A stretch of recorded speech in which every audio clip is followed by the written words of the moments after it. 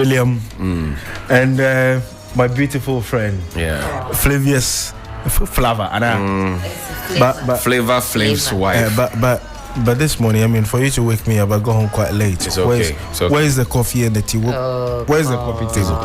There should be a cup. Of course, it's out there at the production end. Did you not see production end? Did you visit the production? Did you visit the green room? But it should be in the studio. Did you visit the green? No, we don't eat in the studio. We don't treat our studio like that. This is not the dining hall. Really? What would you like this morning? Coffee. Of course, I love my coffee. Coffee and what else? Coffee and maybe some sandwich. Can we arrange? I think that can be arranged. Like the man is not asking for cocoa and We'll get you that. Don't worry. You are not asking for pupusu. Apoto. No, Charlie, but you are not asking. We are going in the right direction. Jinkple or something. You are here asking us for coffee. Jinkple. Yeah. Come on, what happened yesterday in Parliament? The MPs gave Ghana $710 million. Why? Because the government needs it. To do what? Of course, there's so many things that they have to do. If you look at some of the projects, I'm just going to go through a few of them. For instance, if you look at the first one, which is the $60.6 million, a third additional financing. Listen to a third additional financing for the Ghana COVID-19 emergency preparedness and response project. This is not a loan. This is not a facility that they put in this year. No, I mean, it's a carryover into this year. And most of the loans are things that they carried from last year right into this year. The reason they carried it from last year into this year also is because the minority has been fighting this. You know, there were so many things the minority fought, which at a point in time the majority of the government just said, okay, let's just allow them, and see if we can further engage. And that it was actually the stance of the minority that let's further engage on this. Do not rush and just say that you need the money and so you're going into it to go to contract these loans. And on this particular one, which was the $60.6 million, they actually fought it even at the committee. And all the loans, the 5 loans that was passed yesterday, it was by a majority decision at the committee of finance. So the minority did not support it. This COVID emergency, blah blah blah. Are we still in a COVID emergency? That's actually the argument that the minority made. However, government says, okay, this is something that we planned for. The budget was done, with this in their thought, and so they needed this to also shore up how the budget could be financed. And so there was the need for them to have this, even though they couldn't make or have the House approve of it as of last year. But once it was on the table, they just needed to have this one done. But before they rose on the 31st of May, the minority shot this down. In fact, there was a decision on it. They voted and the majority lost it. But as of yesterday, Chairman Sabonsu came and then filed a motion of rescission. A motion of rescission basically is to rescind the decision on this, the rejection that they did on the 31st, and to come with a fresh one. And so when he did that, when he filed that motion, the speaker allowed it, because per the rules of the House he can do that. He allowed it. But as of yesterday, the minority did not have the complement of all their members. From the morning when we went somewhere around 11 thereabouts when they started, yes, they had the complement of their numbers. The majority, did not have most of their members there, because a lot of them were now moving from their constituencies, and some of the ministers and others were not there. The minority wanted to pull a fast one. If the speaker had allowed the House to take a decision by going ahead to put a question yesterday in the morning, the majority would have lost it. But why didn't the speaker take the question then? Because that was actually the contention that we came, or we, as in the MPs on both sides, when the leadership met the speaker, the decision was that they take only the loans and they should be done by 4 p.m. and then go back to their constituencies. And so, per the rules of the House, once it's a facility like a loan agreement, the committee's report is read. Then there's a debate about 2 or 4 MPs, 2 from both sides of the House, and then the speaker will put the question, and then they will also take the resolution as well.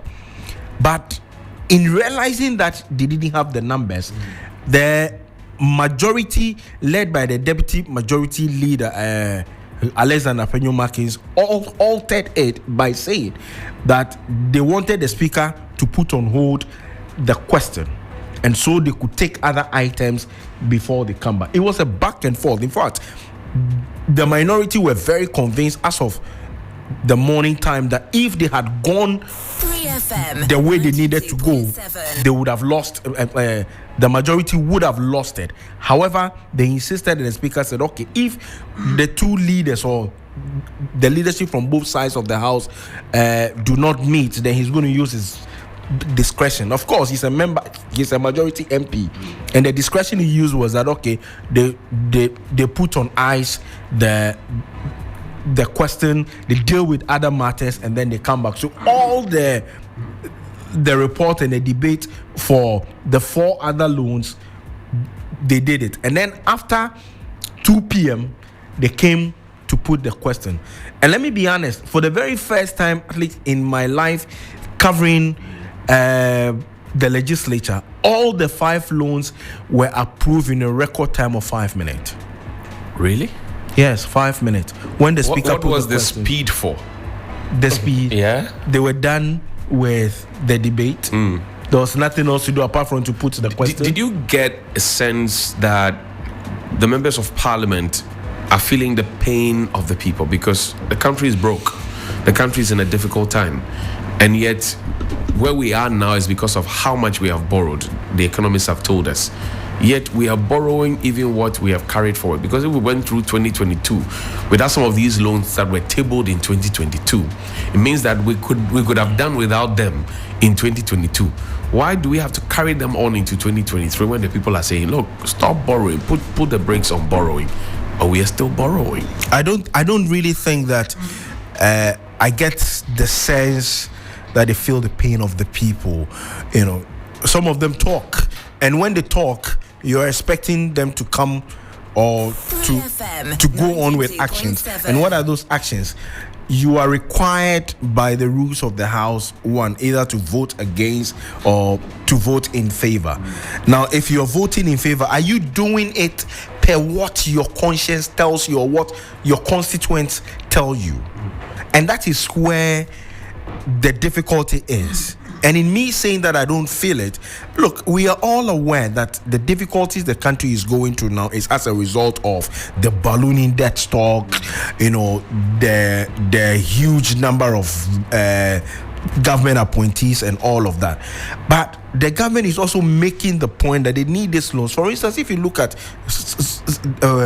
one of the loans, the one that has to do with the Swame interchange, right, the new road that they need to of course the government needs that, but where are they going to get the money from? And this is a facility that, yes, everybody was allowed to contribute to it because it's in the constituency of the majority leader. That's right.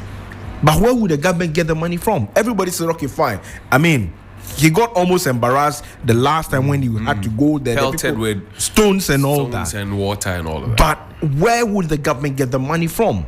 So there's actually a difficulty with some of the MPs, especially those on the majority side. When you speak to them on the quiet, they're able to express these things. But I mean, there's a 3-line whip that you have to go through. My understanding was that there was a meeting as to where the meeting was had. Yesterday in the morning, there was a meeting that they had. I don't know who they had a meeting with, whether it was the chief of staff, whether it was with the president. I'm unable to tell. But there was a meeting by the majority ahead of the approval of the loans yesterday, and so they had to whip them to come in line. The minority MPs, look, they are fighting for their seats You need to win the primaries. And so for instance, John Mahama is in the Upper East region, spending 2 days there campaigning. And to move from a place like Pusiga that takes you virtually more than a day to get there, would you rather want to do that and lose your seat, or to come and approve the loans? So that's the difficulty some found themselves, and so the option was left to them. Those who will be able to make it, as much as will be able to make it, especially on the side of the minority, do come in. And that's where they couldn't push so much when they had Joe Wise, who sat in and said he was not going to put a question as of the time. How many persons did you count on the side of the majority and of the minority? Were you able to get the numbers? I was by the close of the vote. Was it a voice vote? Or? No. It was a voice vote that was not challenged. If the minority knew, for instance, I knew about 15 MPs from the Upper East region were not available as of yesterday because they are on the campaign tour with John Mahama. Okay. I think there were some others also from the Eastern region also, because Dufour is also there, but I'm not sure if they were part of his team. But at least 15 of them were not available as of yesterday. And if 15 of them were not available, you will not take the risk of going to say, okay, you are challenging the speaker's discretion. Let's do a head count. No, you won't do, because if you do, you'll be embarrassed. So now Parliament has gone back. When are they to return? We get the indication that by the close of the month they'll be coming back, and that's where a lot of people were asking, so why do you spend money recalling them? And yesterday the speaker himself was not in the house. He was not there. I know he was out of the country, he's back, but he was not in the house. As to why he wasn't there, they only said that he was unavoidably absent. Fine, that's okay. But the concerns many are raising is, if you are going to come back at the end of the month, why do you recall spend money? Because when they come, are these loans tied to the intended IMF deal, which we're looking forward to? So a good number of them, I think about 2 or 3 of them, are from the World Bank. And the argument that government makes is that they need to have these loans also to shore up part of the reserves that we have. Right. Those are some of the arguments that the majority MPs made. Once the foreign flow comes in, it raises the reserves a little bit, and then the confidence begins to grow. But the point that the minority made, and speaking to Dr. Kesalato Forson yesterday, was that if you are in a hole, you don't continue to dig. You first stop it and find ways of means of moving out of that hole. But you are in that hole, and with speed you continue to dig, but you still would want to come out of the hole again. How do you achieve that?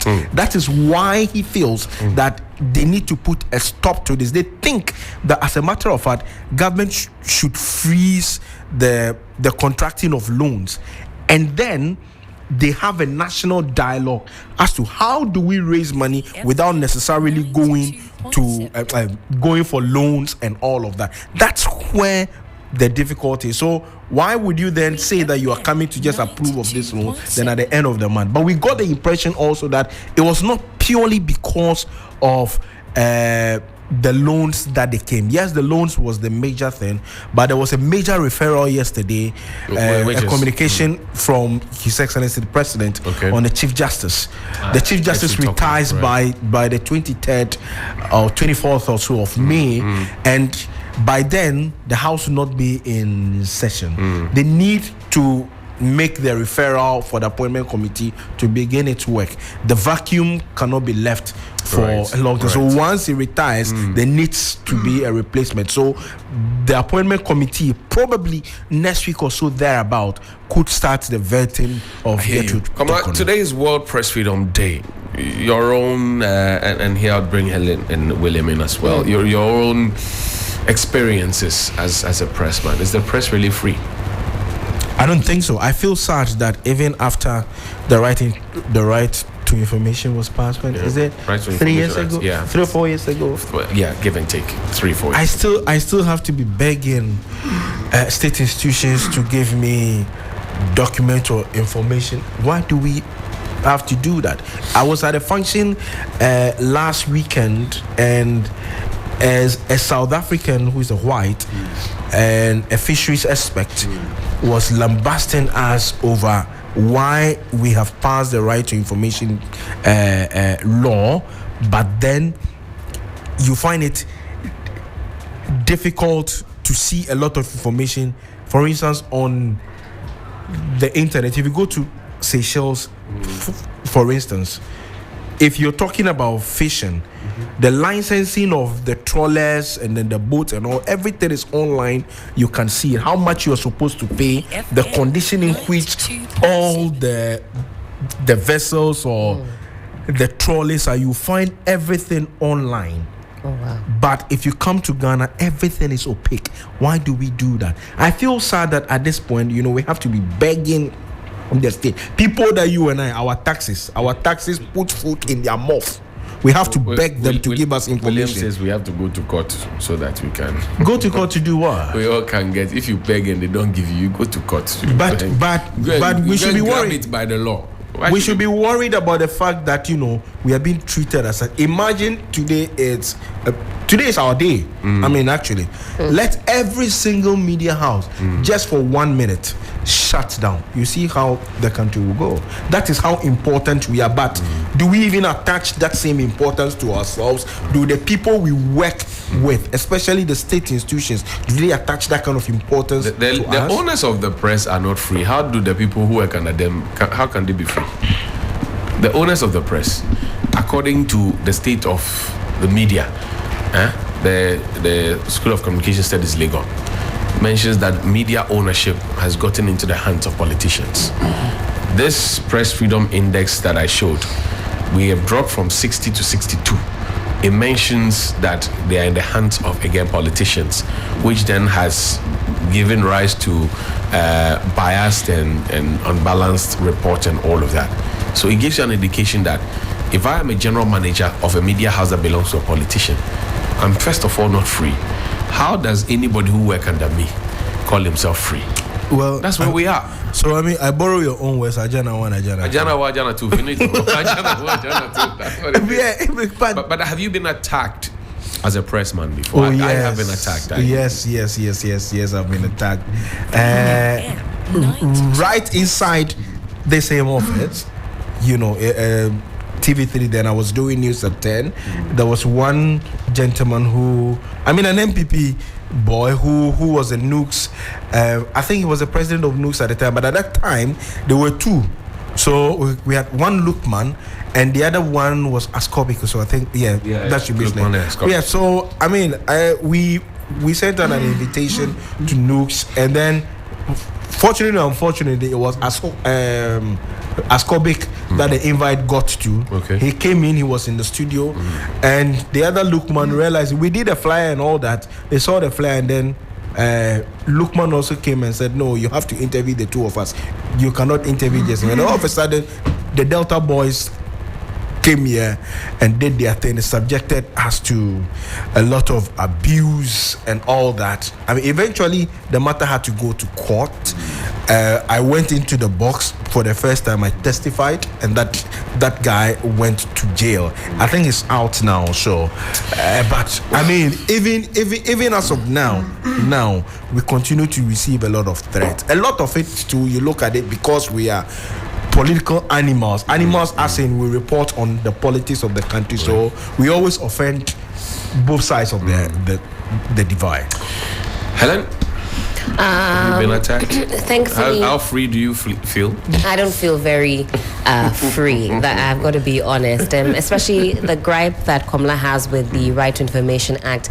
I find it just so disturbing, as we've all said, that you have to beg for information, and that when William mentioned even going to court, that we have to even utilize the court system in that way, because we know that they are inundated, and it would be nice to live in a Ghana, work in a Ghana where the press is truly free. But you know what? we're not different to other states and other nations. It's something that press men and women all over the world have to continue to fight. But at least here on 92.7, you know that we're always on a knowledge sharing expedition. It's non-biased. We're not here for the games. We're here to speak truth to power and progress as a nation. So we move. Of course. Let's go on the phone line now, 12 minutes after 9, and speak to Suleiman Abrahima. He is the Executive Secretary of the Media Foundation for West Africa. Sule, thank you very much for your time. Good morning.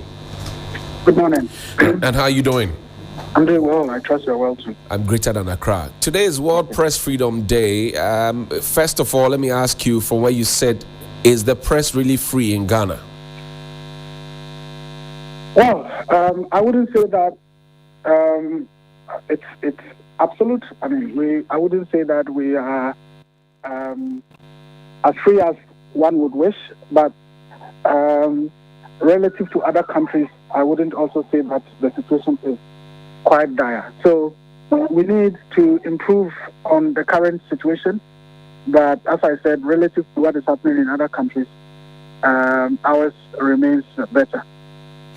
I'm looking at the 2023 index. Ghana, the report on Ghana says, regarded as one of Africa's most democratic countries, Ghana enjoys a vibrant and pluralistic media environment. However, the creation of media outlets by politicians has given rise to politicized and biased media content. It shows that while we dropped down to 60 places down, over 180 countries in 2022. In 2023, we're further dropped to 62, 2 places further down. The score is 65.93. Indicators are political indicator, economic indicator, legislative indicator, social indicator, and security indicator. What is your own view of this ranking? Well, I would say that, yes, the situation continues to deteriorate. We could do better as a country, and per our records in the previous years, Ghana shouldn't be where we are. Of course, we used to be around the 28th, 29th, and 30th around the world, and even in 2018, we were number 1 in Africa, and I think we were around 29 in the world. So to drop to 62 is not the best of situations. Unfortunately, I think that even as there continue to be violations against journalists and other conditions that further undermine press freedom in the country continues to persist, we have a government that appears to believe in rhetoric, saying all manner of things that are not being done, and sometimes also living in denial. Even when the facts are there and you raise them, they would counter them as though they have evidence contrary to what the facts are. And so it's not the best of situations. And as I said, even though we are better than other countries, given our track record, we should work towards improvement. Having said that, I think I just took a casual look at the context analysis, the brief context analysis by in the RSF report, and I think that there are certain inaccuracies. Okay, so let's pick them one after the other. I see safety here. Journalist safety has seriously deteriorated in recent years. In February 2022, 3 journalists were detained in the space of 8 days, and a 4th was very violently attacked. In May 2022, 3 unidentified individuals stormed into a radio station, smacked equipment, and attacked the host and the producer of the show being broadcast. Politicians have meanwhile continued to make death threats against investigative journalists. Most cases of police violence against journalists are not pursued. This is the safety bit of this analysis that's here. What do you have to say, in respect to this? I think those are statements of facts, and I don't know what else I can say except that we keep raising them. And international organizations such as RSF would depend largely on the reports produced by local and regional organizations. And in Ghana, over the last 1 year, a number of reports have been issued pointing to the deterioration in the state of affairs as far as media freedom and media safety are concerned. I had calls to write, 2 pieces. One addressed as a letter to the president, in which I raised some of these issues that have been raised. I think, as I said, it's important that we look at what we can do.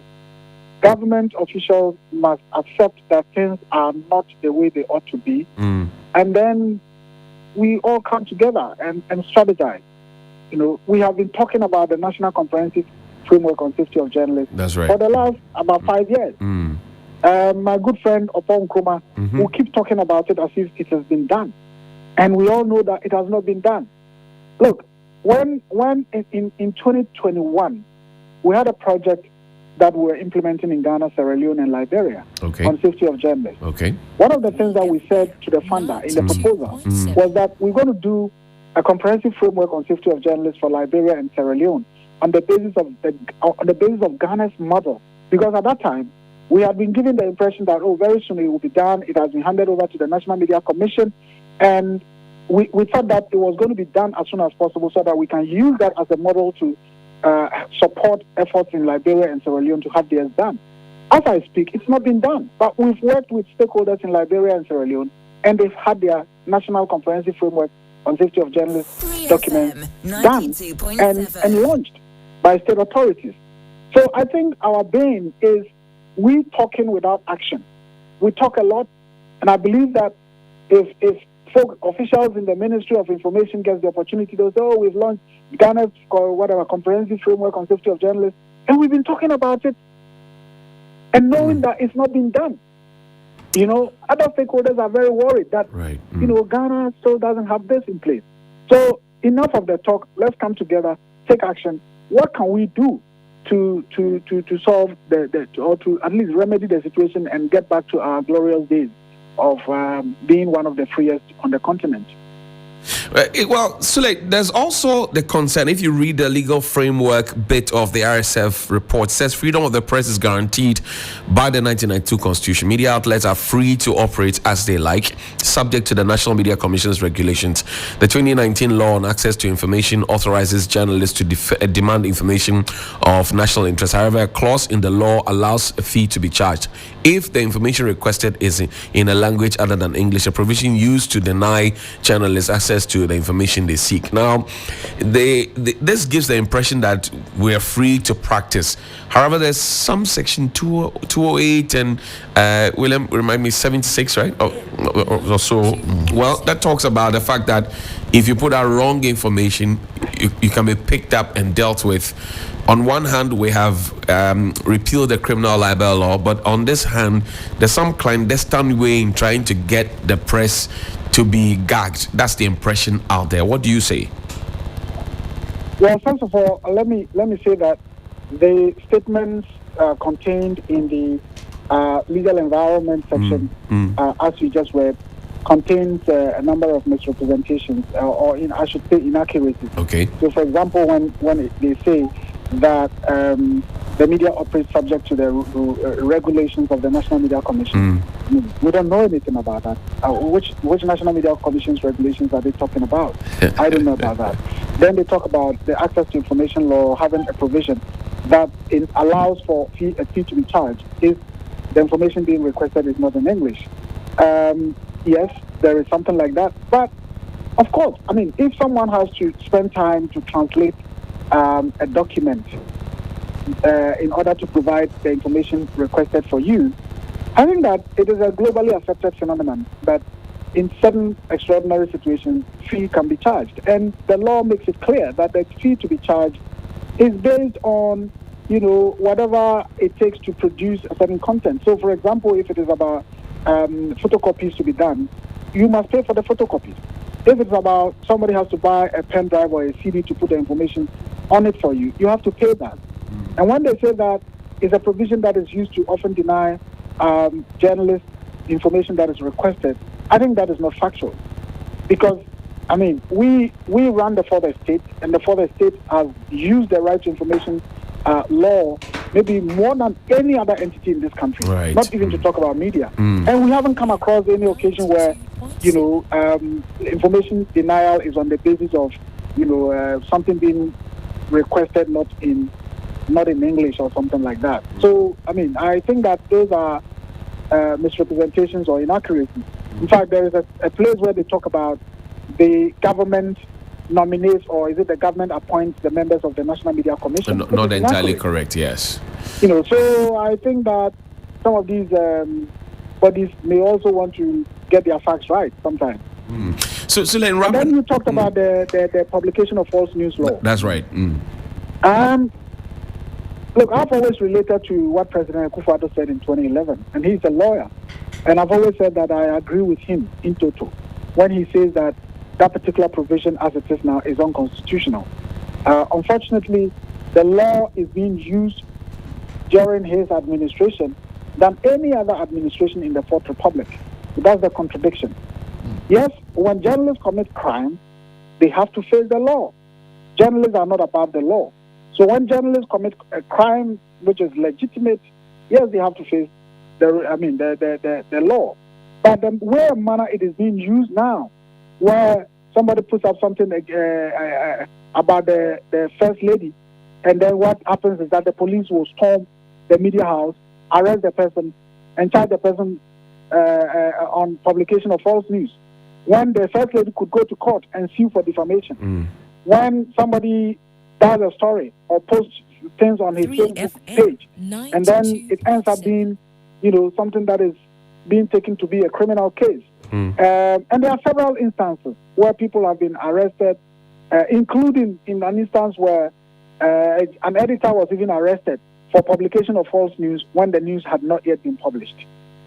So I think those are clear indications of a government that, or at least state authorities that are using that piece of legislation to oppress the media. And certainly that shouldn't be something that is happening in Ghana 30 years on of our democracy.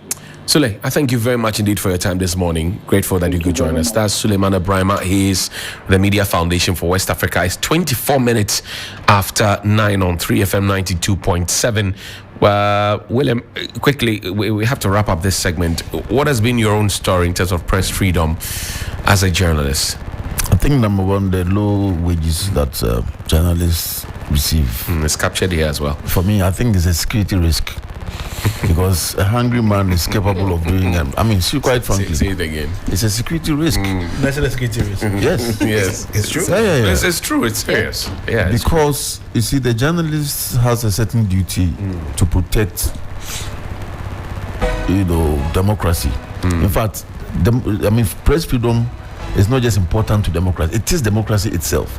So the who drives that is now hungry. Then he's open to all kinds of manipulation, especially by politicians or businessmen or powerful people in the society who have money.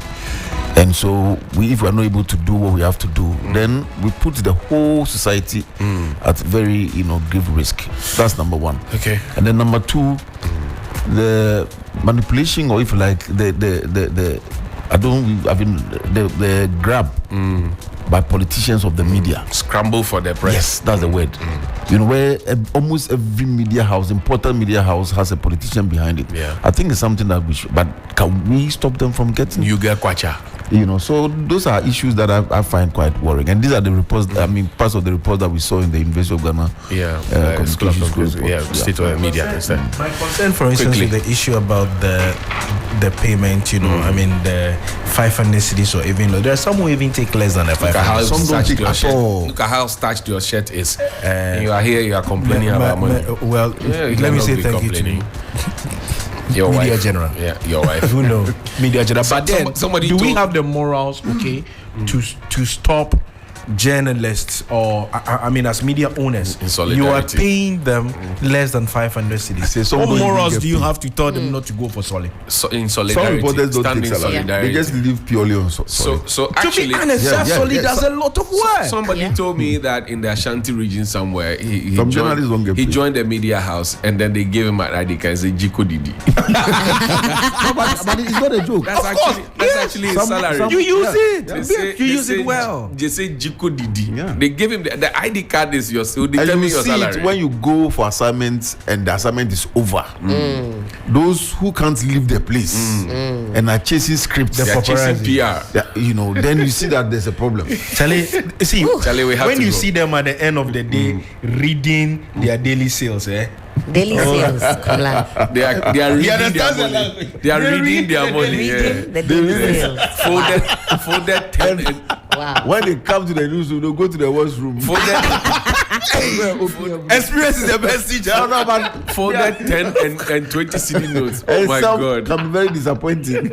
I will say again that I must prefer the noisy, boisterous, sometimes scurrilous media of today to the monotonous, praise-singing, sycophantic one of yesteryear.